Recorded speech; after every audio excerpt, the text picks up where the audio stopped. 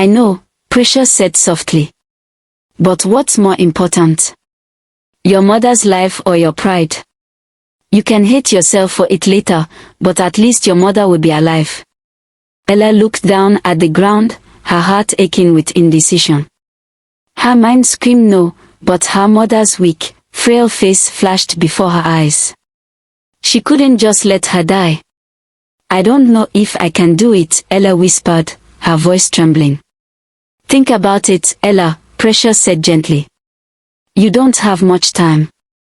She couldn't bear the thought of losing her mother, not when there was a way to save her, no matter how horrible it seemed. Ella went back to Chief Badmus's mansion. Her legs felt like lead as she walked up the steps, and her heart pounded in her chest. The guards let her in without a word, and when she stood before Badmus again, she could barely meet his eyes. So, you've changed your mind, Badmus said with a smug smile, his gaze lingering on her. Ella nodded, unable to speak. She felt her body tense with shame, but she forced herself to remain still. Her mother's life depended on this. Good, Badmus said, standing up and walking toward her. Follow me. The next few hours were a nightmare for Ella, but she forced herself to endure it, her mind blank as she went through the motions.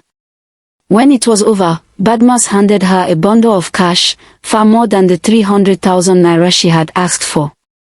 Here, he said with a smirk. This should cover everything. Ella didn't say a word.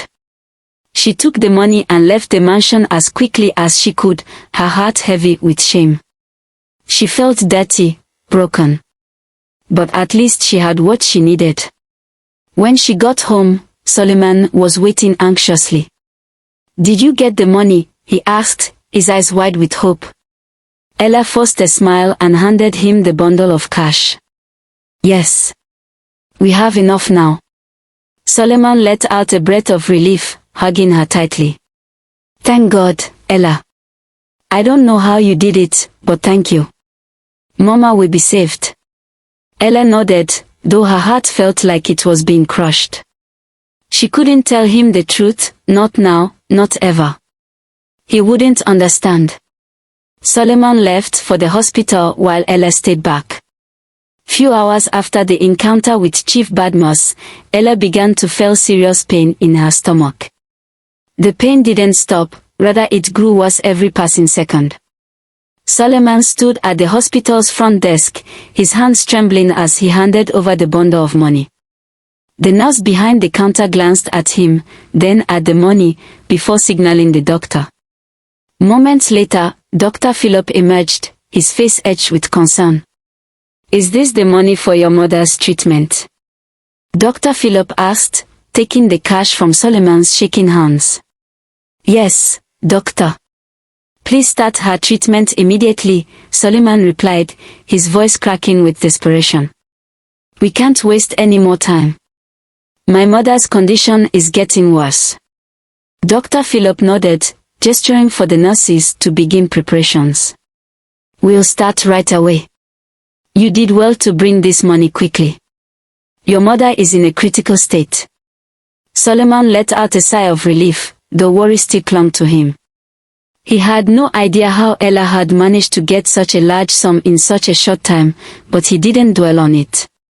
His mother's life was all that mattered now. Thank you, doctor. Please, save her, Solomon whispered, sitting down in the waiting room as he watched the medical team rush into action.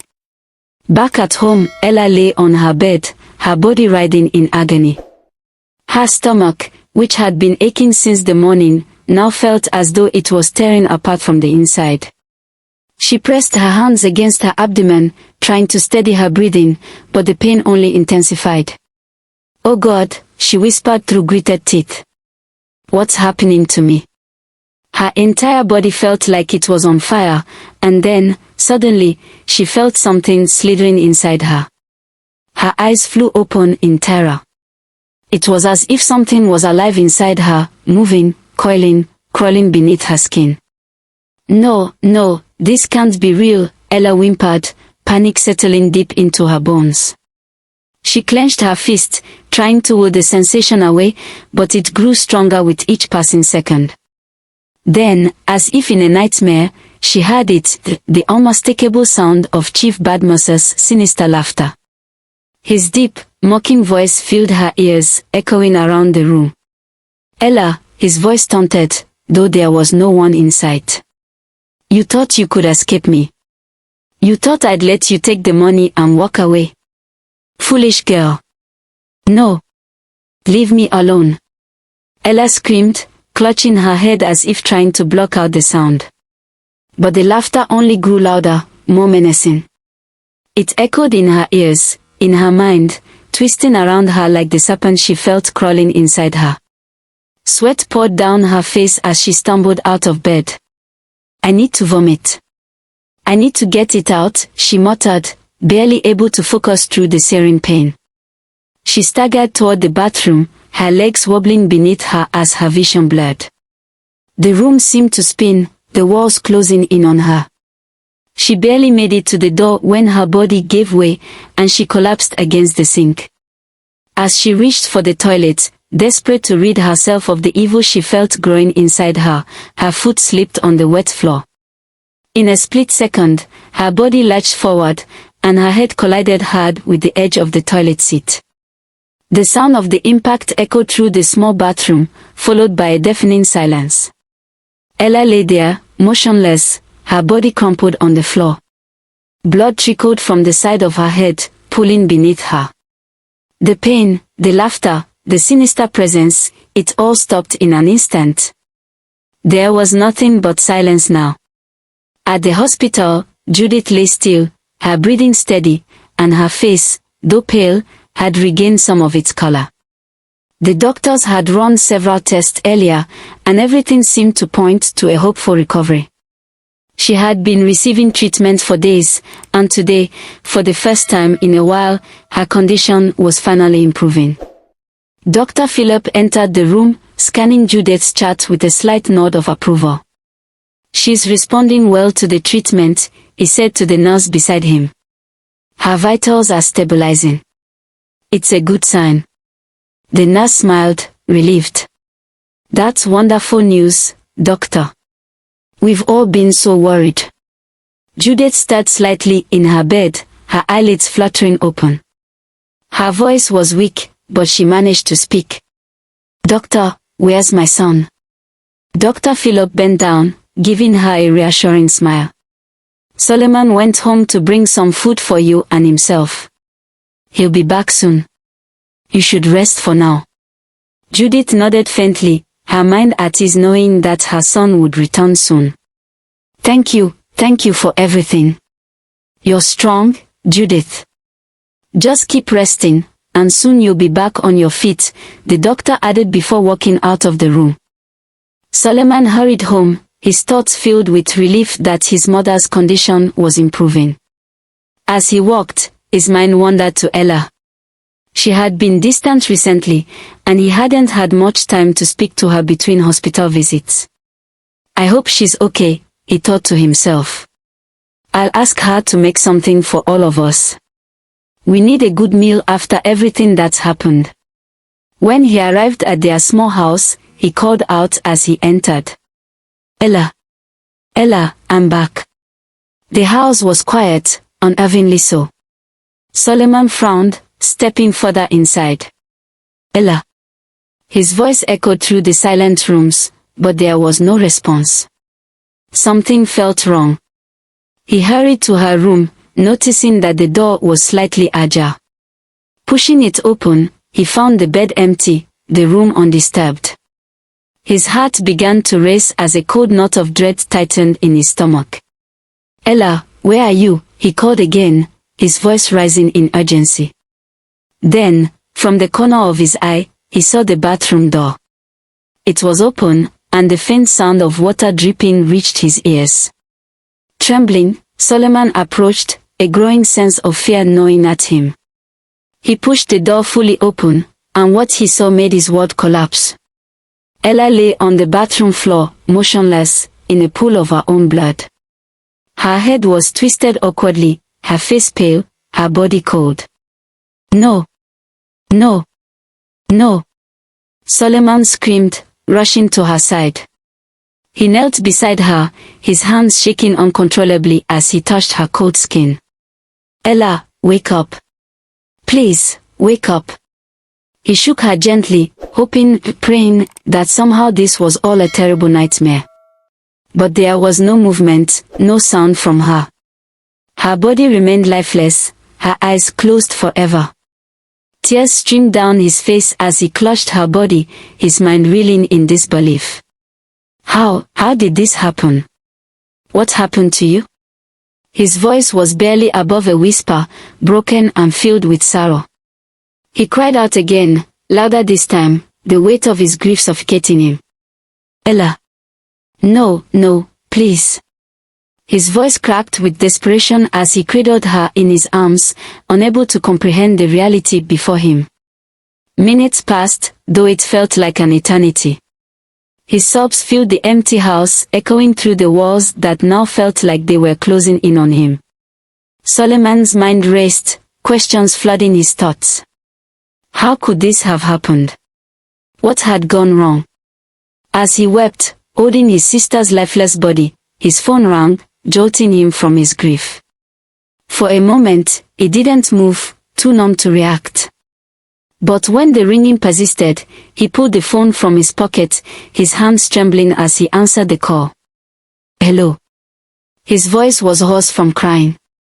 Is this Solomon? Came a familiar voice on the other end. It was Dr. Philip from the hospital. Yes, it's me, Solomon answered, his voice barely above a whisper. His heart pounded as he braced himself for what the doctor was about to say. I'm afraid I have some very bad news, Solomon, the doctor said, his tone grave. Your mother, we just lost her. Solomon sat on the floor of the bathroom, his body numb, staring at his sister's lifeless form. The overwhelming grief he had felt moments ago was now replaced by a deep emptiness. His heart was shattered beyond repair. The weight of the news about his mother's death added to the unbearable pain. His mind couldn't process it all. His sister, his strong, vibrant Ella, was gone. His mother, who had just begun to recover, was now dead too. He had done everything he could to save them, but life had mercilessly taken them both from him.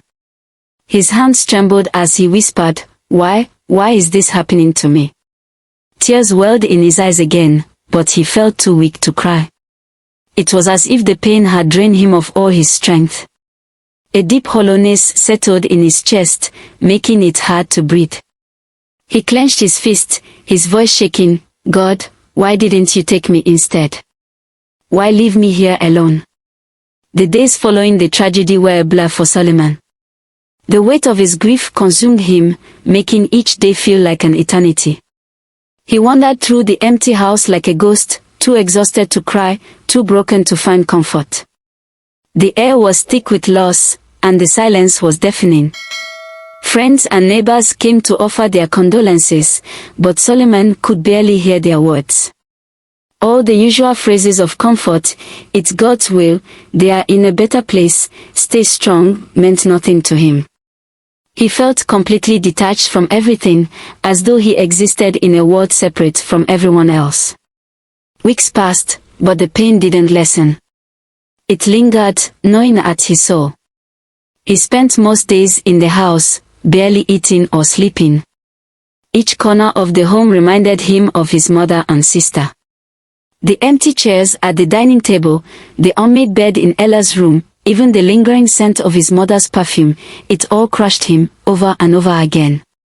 One evening, as the sun set behind the hills, Solomon sat by the window, gazing blankly at the fading light.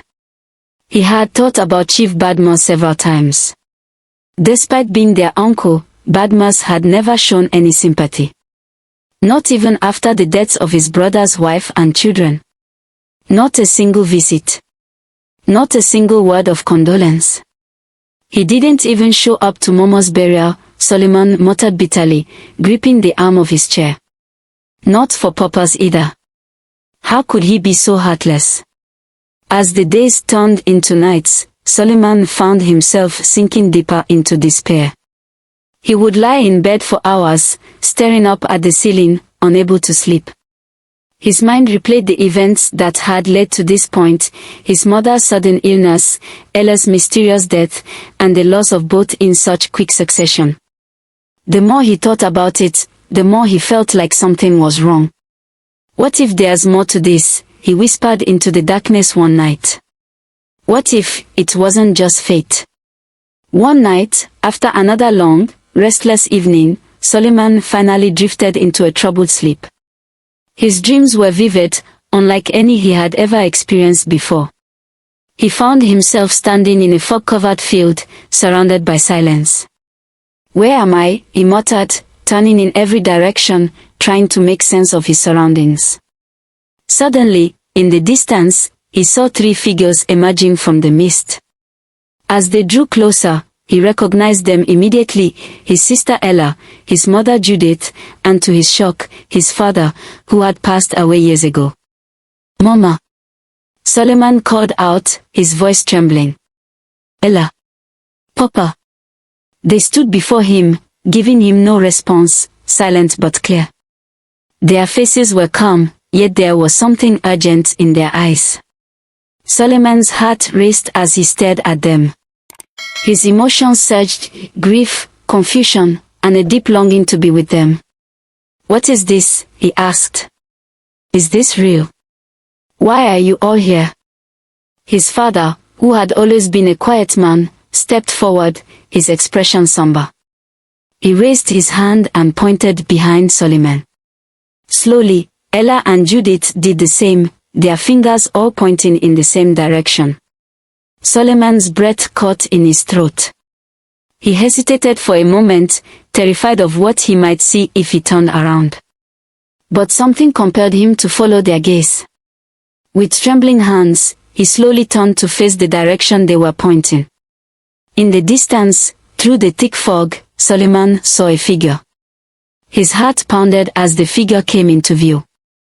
It was Chief Badmus. Solomon lay frozen in his dream, staring at his family pointing toward Chief Badmus. His sister, Ella, stepped forward, her face pale and serious, her eyes filled with sorrow. "Brother, it's him," Ella's voice echoed through the fog. "He's the one responsible for all of our deaths." Solomon's heart raced, pounding so hard he thought it might burst from his chest. He turned to look at his father and mother, but they only nodded, their faces etched with grief. The weight of their accusation fell on him like a heavy stone, and his knees buckled beneath him. "No. It can't be," Solomon whispered in the dream. "How? Why would he do this?" But there was no answer. The fog thickened, and the figures of his family began to fade once again into the mist. The last thing Solomon saw was the cold smile on Chief Badmus's face, and then darkness. Suddenly, Solomon jolted awake, drenched in sweat, gasping for air. His heart pounded in his chest, and his hands shook uncontrollably. The room was pitch dark, except for the faint glow of the moonlight seeping through the curtains.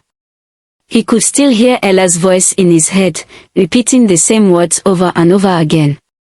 "He's the one responsible for all of our deaths." Solomon sat up in bed, his breath coming in short gasps. He rubbed his face with trembling hands, trying to shake off the vivid dream. But the fear clung to him like a shadow. "What was that?" he muttered to himself, his voice shaky. Was it just a nightmare, or something more?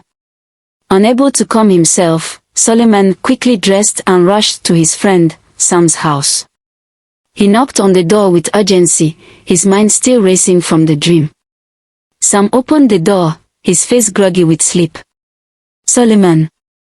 "It's the middle of the night, what's going on?" he asked, confused. Solomon stepped inside, his eyes wide with fear. "Sam, I had the most terrifying dream," he began, pacing back and forth. "I saw my mother, my father, and Ella, they were all pointing at Chief Badmus. And Ella, she told me that he's the one responsible for their deaths." Sam's sleepy expression shifted to one of concern. "Wait, What? Chief Badmus. The dream said he's behind everything. Solomon nodded, his voice trembling. Yes. They all pointed at him, and Ella spoke to me directly. She said it was him. And the way he was smiling, Sam, it was like he was mocking me, even in the dream. Sam frowned, rubbing his chin thoughtfully. Dreams like that don't just happen for no reason. It sounds like a warning. Solomon slumped into a chair, burying his face in his hands. I don't know what to do, Sam. I've been trying to understand why all this happened. Why Mama and Ella died so suddenly, now this dream. I don't know if it's just my mind playing tricks on me. Sam sat beside him, his voice calm but firm. Solomon, listen to me. This is not something you can just brush off. Dreams like this have meaning. My grandfather always said that when the dead visit you in your dreams, especially in such a clear way, they're trying to tell you something. Solomon looked up, his eyes filled with desperation. But what do I do now? How can I know for sure that it's true? Sam leaned back, crossing his arms. There's one way to find out. We need to see a native doctor, someone who can help you make sense of this dream and find out if it's really true. A native doctor? Solomon asked, uncertainty creeping into his voice. He had never been to one before, and the thought of seeking help from a spiritualist made him uneasy. Yes, Sam nodded. There's an old man, Nokidi, who lives in the next village. He's known for his powerful visions and spiritual insights. If anyone can help you confirm what you saw, it's him. Solomon hesitated for a moment, but the weight of his family's deaths pressed heavily on his heart. He needed answers, no matter how frightening they might be. Okay, he finally agreed, nodding slowly. Let's go see him. The next day, Solomon and Sam made their way to Nokidi's shrine. It was deep in the forest, hidden away from the village. The path was narrow and winding, lined with thick bushes and towering trees. Thank you for watching. Do not forget to subscribe to our channel and to turn on your notification for the next episode.